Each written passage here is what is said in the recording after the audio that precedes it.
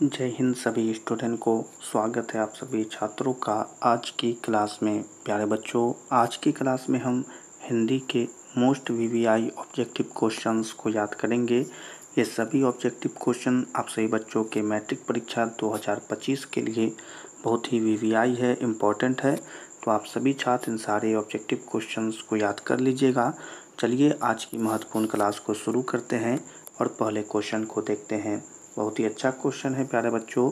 बड़े भाई किस लेखक की रचना है? ठीक है, आपको अगर इसका आंसर पता हो तो कमेंट में ज़रूर बताइएगा। क्वेश्चन है बड़े भाई किस लेखक की रचना है। ठीक है, चलिए क्वेश्चन तो हमने पढ़ लिया है, अब इसके आंसर्स को देखते हैं। आपको अगर पता हो इसका आंसर तो कमेंट में ज़रूर बताएंगे।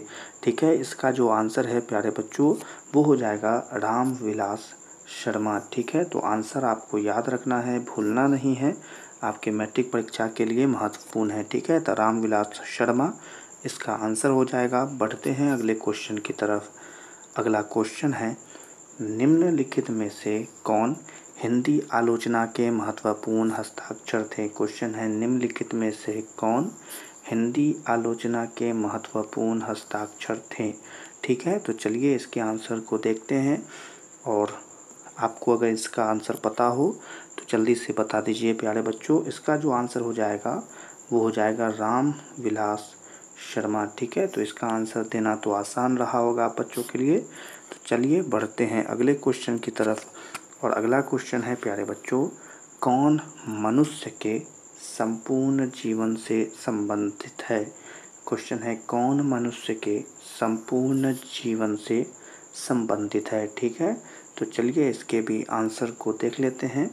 ठीक है, और इसका आंसर जो हो जाएगा प्यारे बच्चों वो हो जाएगा साहित्य। ठीक है, तो आपको याद रखना है इस आंसर को भी।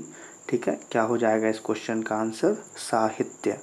बढ़ते हैं अगले क्वेश्चन की तरफ। अगला क्वेश्चन है प्यारे बच्चों वह विचारधारा जो चेतना या भाव को मूल पदार्थ मानती हो उसे क्या कहते हैं? क्वेश्चन है वह विचारधारा जो चेतना या भाव को मूल पदार्थ मानती हो उसे हम क्या कहते हैं? ठीक है, चलें इसके आंसर को देख लेते हैं।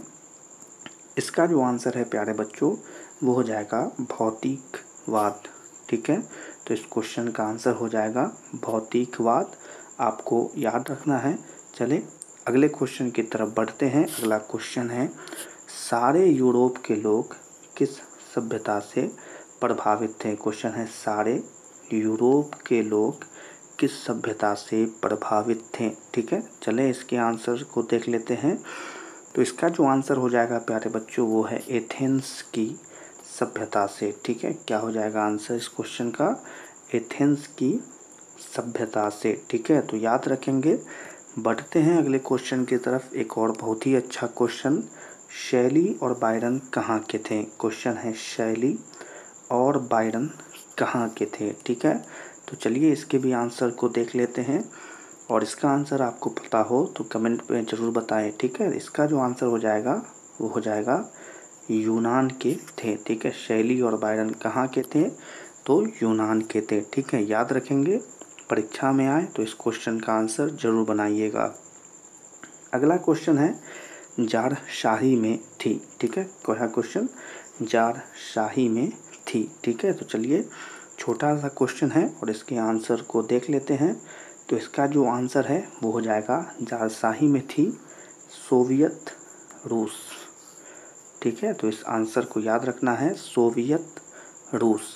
चलिए अगले क्वेश्चन को देख लेते हैं। एक और बहुत ही अच्छा क्वेश्चन रूस की क्रांति कब हुई थी? ठीक है, रूस की क्रांति कब हुई थी? ठीक है, चलिए इसके आंसर को देख लेते हैं।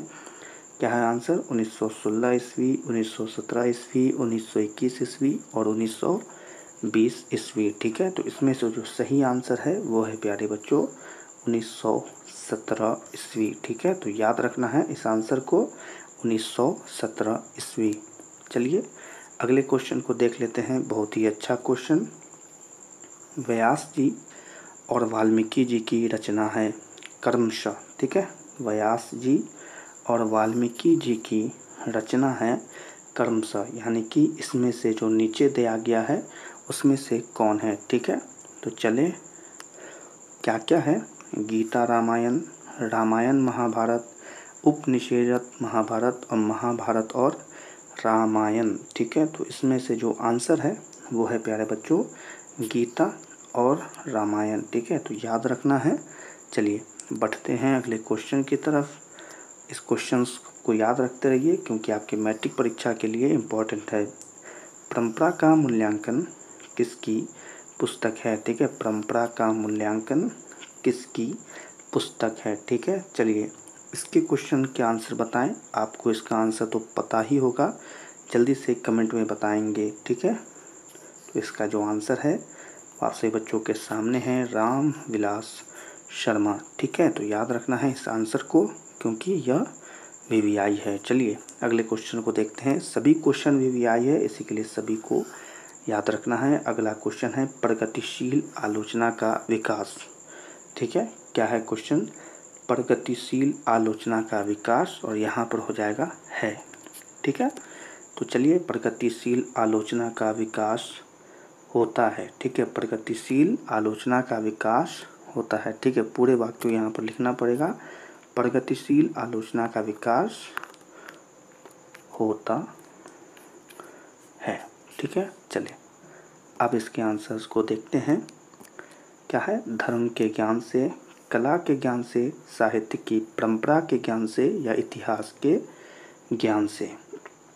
तो इसका जो आंसर है प्यारे बच्चों वो देखें, साहित्य की परंपरा के ज्ञान से, यानी कि यह आंसर बिल्कुल सही होगा ऊपर वाले क्वेश्चन का, साहित्य की परंपरा के ज्ञान से। ठीक है, तो याद रखना है। बढ़ते हैं एक और क्वेश्चन की तरफ। लेखक रामविलास शर्मा कब से कब तक भारतीय प्रगतिशील लेखक संघ के महामंत्री रहे थे? ठीक है, बहुत ही अच्छा क्वेश्चन। लेखक रामविलास शर्मा कब से कब तक भारतीय प्रगतिशील के महामंत्री रहे थे? ठीक है, चलिए इसके आंसर्स को देखते हैं।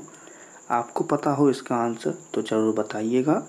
इसका जो आंसर है प्यारे बच्चों वो है 1949 से 1953 ईस्वी तक। ठीक है, तो इस क्वेश्चन का आंसर क्या होगा?